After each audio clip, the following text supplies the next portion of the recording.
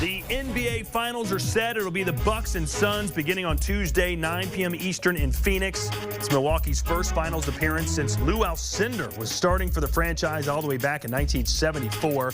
As for the Suns, they're in the Finals for the first time since 1993. For more, here's Joe Musso with Tim Doyle and Todd Furman taking a look on how to handicap Game 1 and the series. The current game line is out for Game 1. If we want to dial it into just our first offering here, numbers hovering around 5.5 in favor of the Suns. Totals coming in at 217. These two teams met twice in the regular season. Phoenix claiming both of those contests by a single point. Total average points per game in those matchups, 252. The second matchup did go to OT, but even if we take that overtime and those points out of it, average only drops to 240.5. Todd, what kind of pace do you expect in this series, and how are you approaching Game 1? It's going to be real interesting because I think when you look at the Bucks' pace numbers each of the last two games without Giannis, this team is more than comfortable playing a bit quicker. They're taking more threes. I believe they attempted 45 from deep in that Game 6 win against the Atlanta Hawks and 89 field goal attempts for the contest. And when you look at this Phoenix team defensively, you're going to want to space them out, and you take the open jumper. Drew Holiday is reminding us why he was such a big offseason acquisition for the Bucks. We had talked at great lengths about, hey, look, Giannis and Chris Middleton are a great 1-2, but Holiday has become the straw that stirs the drink, really raising his level of play over the course of that 6-game set against the Hawks. So for me, when I look at it, I think you're going to see the game played a little bit quicker. Phoenix hasn't shied away from that tempo, especially early on in series. And then you could see things start to get dialed back as each coach wants to tinker with his game plan, trying to figure out, hey, look, what do we have to do to try and neutralize the other team's best player? I think that Holiday-Chris Paul matchup will be worth its weight in gold, and you're going to have it feel like a heavyweight fight the longer this series goes on. I find it impossible to lay points in this spot. You talked about, Joe, the matchups being so evenly matched throughout the regular season. Now, there was one game that Drew Holiday did not play, and Frank Kaminsky ended up starting for the Suns. I don't think that's going to happen throughout this series unless someone gets injured, obviously. But I like the dog in this spot. And I think Milwaukee embraced an identity over their last two games without Giannis that we can't go up and down with Atlanta. And actually, Atlanta has more offensive weapons. We got to lock down defensively and rely on our physicality. You know, Drew Holiday, Chris Middleton get a lot of love on the offensive end, and those guys finally paired up good offensive games together. But, man, those guys can guard. You know, those guys are two-way players. P.J. Tucker's really physical type, obviously understands his role on offense, just go stand in the corner. But on defense, he brings that toughness, and, you know, he bodies guys, kind of plays an old-school way. And then Brook Lopez, I'll tell you this right now, Joe, I'll have what he's having because I ran around the block yesterday and I'm still winded from it. He's been outstanding. Interesting story about Brook Lopez.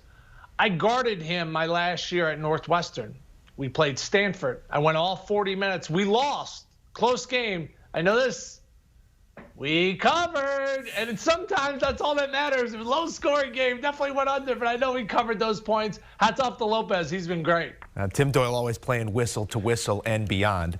In terms of the series price, guys, Phoenix currently positioned as -170 favorites. The Bucks offering 1.5 to 1 value here. Interesting to look at those numbers through the lens of the preseason odds to win the title. As we mentioned, the Bucks right around the top of the league at 5 to 1. Phoenix a 40 to 1 long shot. TD, what do you want to do with the series price here? I think the Suns are massively overrated. You know, Todd would have had this series Milwaukee favorite if Giannis was playing. I think this series should be like, Phoenix should be favored. They have home court advantage. This should be like $110, $120. Like, this should be closer to a pick 'em.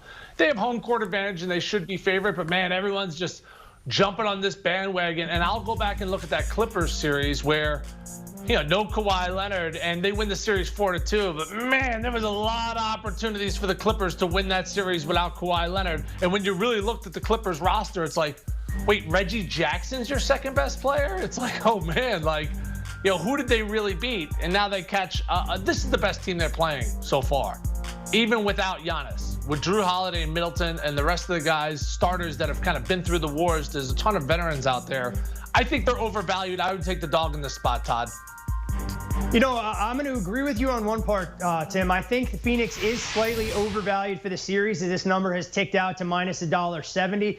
But I'm going to actually make a case for laying the price going into the way things are going to start, because I think Phoenix holds serve in what will be a pivotal game 1 Tuesday night in their own building as a 5.5, 6-point favorite. You look at the money line price in that game north of $2, and I think odds makers realize, hey, look, Phoenix has to get off on the right foot here. If they were to lose game 1, especially if the Bucks can't see Giannis out there, this thing may be over before it even starts. So as a result, I'd go into the series looking to lay the price with Phoenix and then potentially come over the top, because I think going back home to Milwaukee, or even that game 2 that could turn into more of a coin flip, I think the Bucks would be a live dog. So I like the prospects of laying $1.70, having that Phoenix ticket in my pocket, hoping I'm able to come over the top with a Bucks bet at plus 240 or plus 250, maybe to thread the needle there instead of betting the Bucks before we even see a tip in game 1.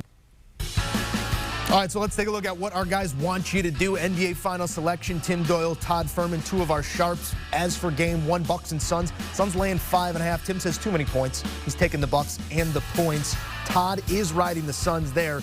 He also thinks no Giannis in game 1, possibly no Giannis throughout the series. That supports his series play. He's taking the Suns at the premium, minus 170. TD says, give me the 1.5 to 1. Todd might double back on a Milwaukee ticket, depending on how the first game or 2 plays out. As for finals MVP, both of our guys in lockstep. It's Drew Holiday. All right, and here is a look at when it's all set to unfold. As we said, Tuesday, game 1 in Phoenix, 9 Eastern. You get game 2 Thursday, just 1 day off between games 1 and game 2. Then you get a little bit of a break. July 11th, game 3 as the series moves to Milwaukee. Another 2 full days of rest between games 3 and game 4. Game 5 through 7, we'll cross that bridge when we get there.